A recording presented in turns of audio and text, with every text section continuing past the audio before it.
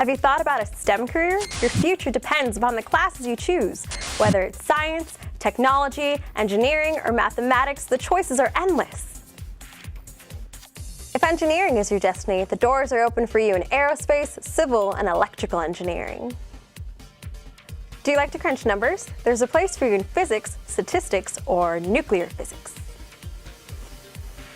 Maybe you want to study molecular biology, biochemistry, or cellular biology. It's never too late to join the STEM program. Here's what college students like yourself have to say. What I get to do with my hands, because of the math and because of the science, really outweighs any work that I would have to do with my mind. I mean, that's just the way that I am. I love working with my hands and working with my mind. And so when you put those things together, you can actually create something tangible and something to see and hold and go, wow, like that's all because of math and science. So it's actually really rewarding. I think if you look at math and science as a major or engineering as a major and look at it as a whole, like a 4 or 5 year, yeah, it does look pretty intimidating. But you don't climb a mountain all in one step. Like it's step by step. It's going to class every day and really just paying attention and trying to absorb as much as you can. On my whole last semester, I took Physics 4A, and it was like the hardest class I've ever had in my life. I passed with an A, and a lot of the students, the STEM students that I studied with, did also. And we made it, and it was hard. You know, there were some times where I was just crying, and it was just so much to handle, and it was, I never thought I could get through it, but I did, and I wouldn't have without the STEM Center. STEM courses are not easy for anybody, not that I've come across.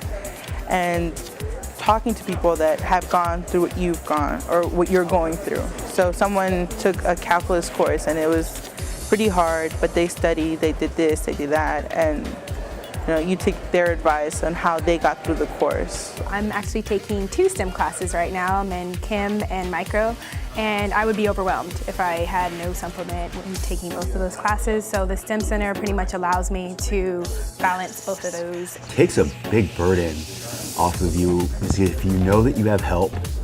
If you know that you have help outside of class or outside of student communication, if you know that you can come in here and just sit with your books and know that there's somebody here to help you, it really just takes a huge load and a huge pressure off of you. And really, the STEM Center, I've learned that it actually acclimates you into transferring into either a university or a Cal State. It acclimates you pretty good. STEM is a great program. I don't think I would be where I'm at if it wasn't because of STEM. I spent a great deal of my days, of every day in STEM, so it is like a second home. Me and my husband both study here, and just to have this support, I know I have friends that I can call, say I need help with a math problem, or in the middle of the night, 2 in the morning, I know that I have STEM students, other STEM friends, STEM family that I can call to help me out. I would just like to express my gratitude to the STEM Center because I'm very grateful for everything they provide, from the books to the tutors, even down to my teacher coming down here. I really like the versatility and the amount of tutors they offer and their times and the blocks that they have. It's really something that I would be struggling in my classes if I didn't have the STEM Center. So I'm grateful that I have somewhere I can come when I'm in my science classes to help me get through them a little bit easier. So you may ask yourself, what are the benefits of a STEM program? Well, here are some individuals with a STEM career who can answer that question. Scientists at the Center for Environmental Research and Technology at UCR have developed a new process that produces clean-burning diesel from any organic material, from yard clippings to plastic sprinkler pipe. It seems too good to be true. We'll see if what's developing here in the Inland Empire may revolutionize the way we fuel our cars around the world. We're taking solid carbon material, and in the first process we gasify it to a gas that we then can convert to a liquid fuel.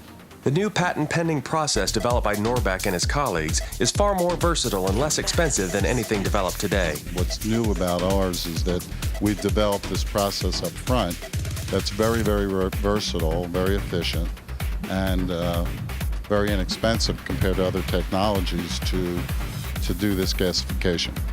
Norbeck says the diesel fuel created with this process, called synthetic diesel, is dramatically cleaner than petroleum diesel. The process reduces the sulfur in diesel by 98%, which can burn cleanly in an engine. So with the introduction of this fuel, it is cleaner in such that there's no sulfur.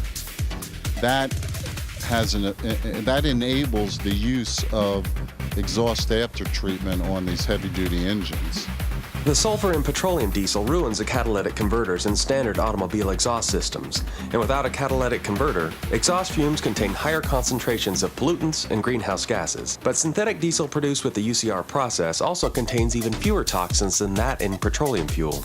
Norbeck says this makes for a cleaner burning engine and cleaner air for us to breathe.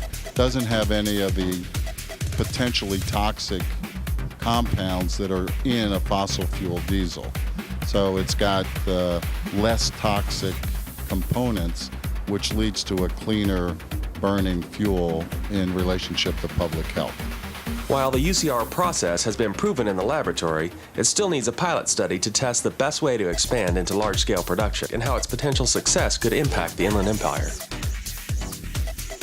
The conference is used to help grade school teachers make math and science more exciting to learn in classrooms. The keynote speaker gives her impression about the importance of science and math. You know, science and technology are really the engines that drive our economy. So if we want to have a thriving economy in the future, we really have to train the kids that are growing up today to be scientists and engineers, or at least give them the opportunity to if they'd like to. And my company and other companies and events like this are trying to capture the enthusiasm that we know that kids have for science and help them keep it through middle school and high school and on into college, and just show them that science is a lot of fun, it's creative, it's collaborative, and that normal people go on into science and have wonderful and exciting careers. The STEM Center is conveniently located in the Martin Luther King Building.